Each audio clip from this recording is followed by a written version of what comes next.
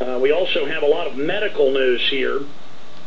Last week, I guess it was last Sunday's show.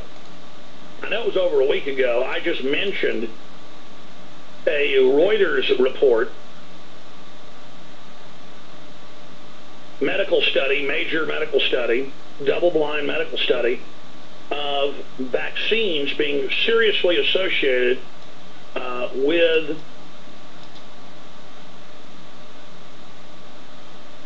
diabetes. And I have really spent time studying this because so many people I know have diabetes. 1 in 3 if you happen to be, quote, Hispanic. It's 1 in 5 if you're Anglo or black. 1 in 3 particularly affects makeup of Hispanics for some reason with their pancreas and their metabolic system. But hell, 1 in 5 is pretty bad for the gringos. But it is a scourge, a scourge. And I drive up and down the roads here in Austin, South Lamar, South Congress. I see amputees in wheelchairs everywhere. I'll be walking in a store and see some amputee going in, well, you know, with fresh knobs, you know, fresh bandages, and I'll say, "Are you diabetic?" And they'll go, "Yeah."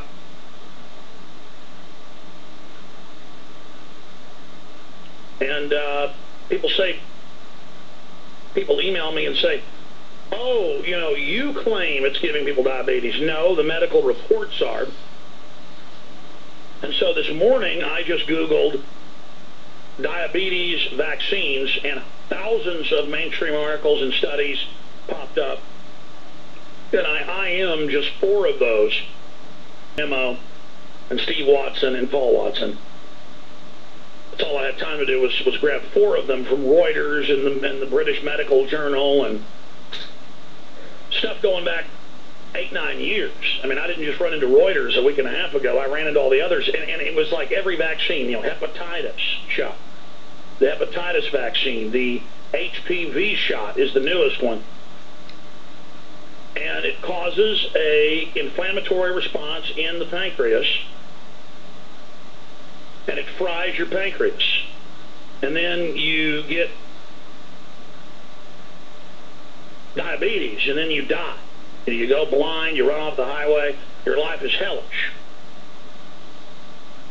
And sure, you can quit eating as much sugar and try to control it, but it still is going to take a lot of years off your life.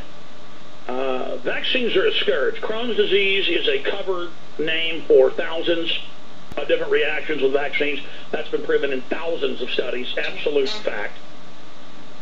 Autism, from 1 in 25,000 2 decades ago to 1 in 86. That's right, from 1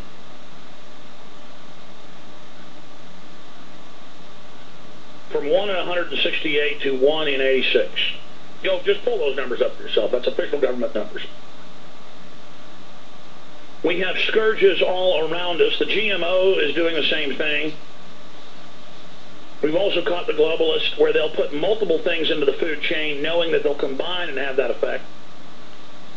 I was on the stair stepper yesterday for like an hour watching cable, and I was watching, I watched an hour of Batman Returns, or the first Batman movie that came out in the early 90s, and I turned it on. Only time I watch entertainment TV is when I'm working out, and I'm flipping through, and it's the Penguin, and he's got this other crime boss getting him to run for mayor, and he says, "We got to stage terror attacks, like the Gulf of Tonkin or Reichstag." And so the Penguin has his men go out and blow up buildings, and then they blame it on the mayor and Batman. And, of course, the public buys it. And then there's another part of the movie where they have multiple cosmetics that you then mix together that makes the people have the illness that then the drug company sells you. I mean, they love throwing this in our face. I mean, I can't even turn on HBO on the stair stepper. It's just everywhere. Now, you can say, is that movie trying to warn you? Hollywood people trying to show you that they're on the inside. Is it conditioning? You know, sometimes it's either or, sometimes it's both. Point is, this isn't a Batman movie. You give your child those shots, they're filled with cancer viruses, mercury, and they attack every gland and organ in the body. I mean, you want a brain tumor? You want to die? Go ahead and take it. Keep laughing. You too, cops. Keep laughing. Here's one flashback, hepatitis B vaccine linked to diabetes. That's one report. And then there's a bottom line, I sent them 4 reports today. Cancer vaccine linked to pancreatitis.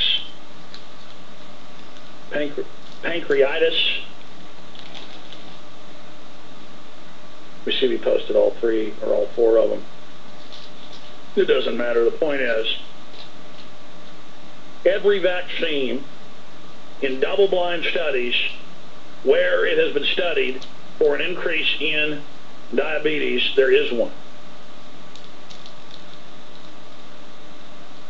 Just like there are tens of thousands of studies, because they've been doing studies on it for over 100 years, because naturally occurring sodium and stannous fluoride, along with calcium fluoride, over the planet, why half the children, why everybody was getting bone cancer or dying or being mentally retarded.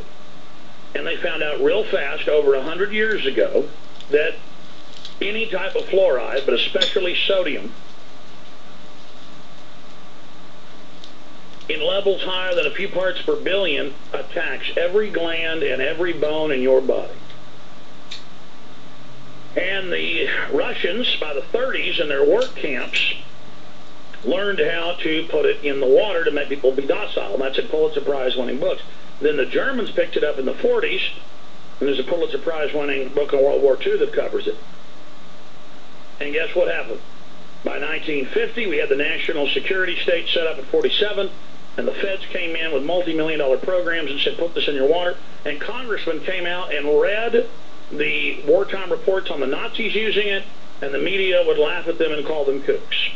And they put it in the water, and America also started learning how to bury their boys at hundreds of times the previous frequency for rare bone tumors, bone cancer, which, of course, just type in fluoride bone cancer, and you will read thousands of studies on that alone.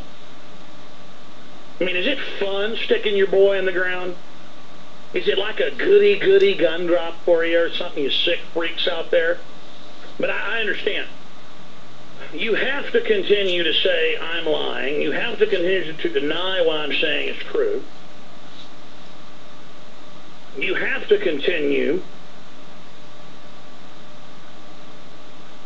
to say I'm making this stuff up, because if you admit what I'm saying is true, or if you even look into it, it's going to get scary, isn't it? To find out I'm telling the truth, to find out it's not made up.